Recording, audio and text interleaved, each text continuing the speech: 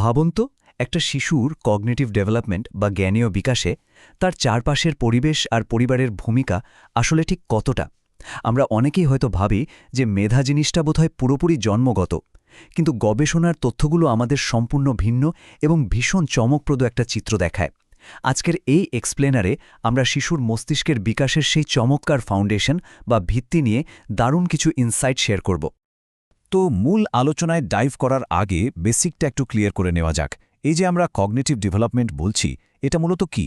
খুব সহজে বললে এটা হলো এমন একটা প্রক্রিয়া যার মাধ্যমে একটা শিশু চারপাশের পৃথিবী নিয়ে চিন্তা করতে, নতুন কিছু শিখতে আর নানা সমস্যার সমাধান করতে শেখে। আর সবচেয়ে ইন্টারেস্টিং ব্যাপার হলো এই বিকাশ কিন্তু একা একা হয় না। শিশুটি কেমন পরিবেশে বড় হচ্ছে তার ওপর এটা গভীরভাবে নির্ভর করে। আজকের এই আলোচনায় আমরা সোর্স মেটেরিয়াল থেকে পাওয়া ঠিক 10 সুনির্দিষ্ট এবং প্র্যাকটিক্যাল পদক্ষেপ আনপ্যাক করব। এগুলো কিন্তু স্রেফ কোনো থিওরি নয়, বরং একেবারে হাতে কলমে প্রয়োগ করার মতো কিছু কার্যকরী উপায়, যা একটা শিশুর মস্তিষ্কের বিকাশকে রীতিমতো জাদুকরীভাবে বুস্ট করতে পারে। বোঝার সুবিধার্থে এই 10টি স্টেপকে আমরা লজিক্যালি 3টি মূল পিলারে বা স্তম্ভে ভাগ করেছি। প্রথমটি হল নিরাপদ পরিবেশ ও পুষ্টি, দ্বিতীয়টি খেলাধুলা ও শিখন, আর তৃতীয়টি হল সৃজনশীলতা ও সামাজিক মেলামেশা।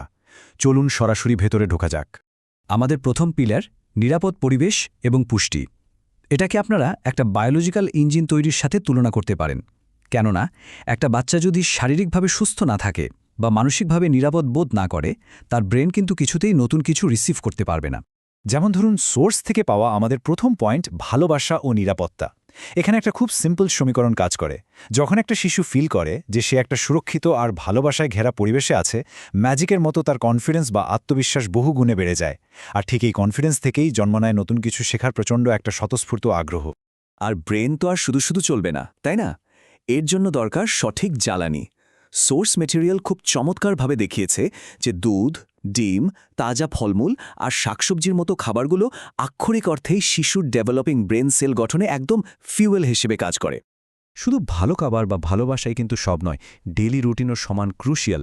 প্রতিদিন কখন ঘুম থেকে উঠবে, কখন খাবে বা কখন পড়বে, এই নির্দিষ্ট রুটিনটা শিশুর জীবনে দারুণ একটা ডিসিপ্লিন নিয়ে আসে। আর বিশ্বাস করুন, এই ডিসিপ্লিনটাই পরবর্তীতে তাদের ফোকাস বা মনোযোগ গভীরভাবে ধরে রাখার ক্যাপাসিটি তৈরি করে দেয়। এবার আসা যাক আমাদের দ্বিতীয় পিলারে, খেলাধুলা, গল্প এবং শিখন। এই ফেজটাকে আমরা বলতে পারি স্পার্কিং দ্য মাইন্ড, মানে দারুণ সব অ্যাক্টিভিটির মাধ্যমে শিশুর মনে চিন্তার স্ফুলিঙ্গ তৈরি করা।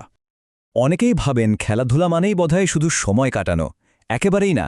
পাজল সলভ করা, ব্লক দিয়ে বিল্ডিং বানানো বা মনের আনন্দে ছবি আঁকা, এগুলোর মাধ্যমে একটা শিশু কিন্তু অবচেতনভাবেই চমৎকার প্রবলেম সলভিং স্কিল আর ক্রিটিক্যাল থিঙ্কিং ক্যাপাসিটি তৈরি করে ফেলছে।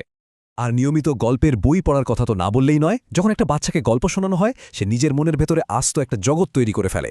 এই প্র্যাকটিসটা তার ইম্যাজিনেশন পাওয়ার তো বাড়াই, সাথে সাথে তার ভাষার দক্ষতা আর অ্যাটেনশন স্প্যানকে দারুণভাবে শার্প করে তোলে। বাচ্চারা তো সারাদিন এটা কি ওটা কেন এমন হাজারো প্রশ্ন করতেই থাকে, ঠিক না? এখানেই একটা ক্রুশাল পয়েন্ট আছে। ওদের প্রশ্ন করতে কখনো বাধা দেবেন না। ভীষণ ধৈর্য নিয়ে ওদের উত্তরগুলো দিন। এই ছোট একটা কাজ ওদের অ্যানালিটিক্যাল মাইন্ডসেট আর কিউরিওসিটিকে যে কি লেভেলে নিয়ে যায় তা সত্যি কল্পনার বাইরে। তবে হ্যাঁ, আজকের দিনে একটা বিশাল চ্যালেঞ্জ হলো অতিরিক্ত স্ক্রিন টাইম। ভিজুয়ালটা দেখলেই বুঝবেন, মোবাইল বা টিভির অতিরিক্ত ব্যবহার শিশুর কগনিটিভ গ্রোথকে রীতিমতো আটকে দেয়। অন্যদিকে বই আর সাধারণ খেলাধুলা এই গ্রোথকে বুস্ট করে। তাই ব্রেন ডেভেলপমেন্টের স্বার্থেই স্ক্রিন টাইম লিমিট করাটা একদম মাস্ট। আমরা চলে এসেছি আমাদের একদম শেষ পিলারে, সৃজনশীলতা এবং সামাজিক মেলামেশা।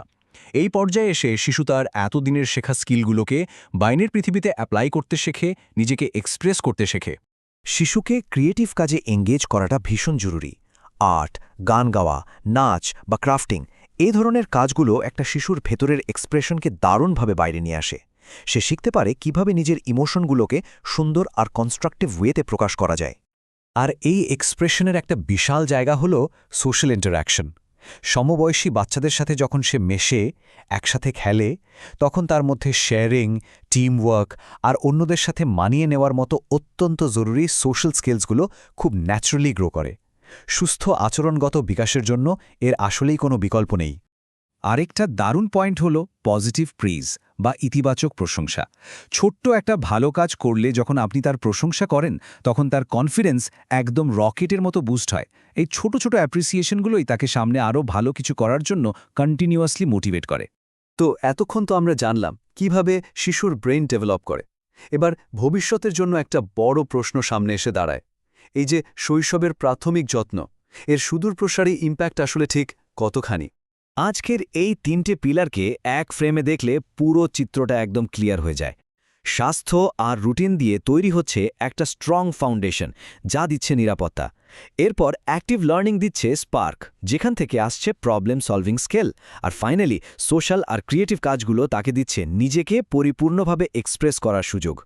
এই 10টি স্টেপের প্রমাণিত প্রভাব তো আমরা দেখলাম, কিন্তু সবচেয়ে জরুরি প্রশ্নটা হলো আগামী প্রজন্মের ব্রেন ডেভেলপমেন্টের জন্য ঠিক এই মুহূর্তে আমরা কেমন পরিবেশ তৈরি করছি? আমরা কি সত্যি ওদের জন্য সেই ফাউন্ডেশন, স্পার্ক আর এক্সপ্রেশনের সুযোগগুলো নিশ্চিত করতে পারছি?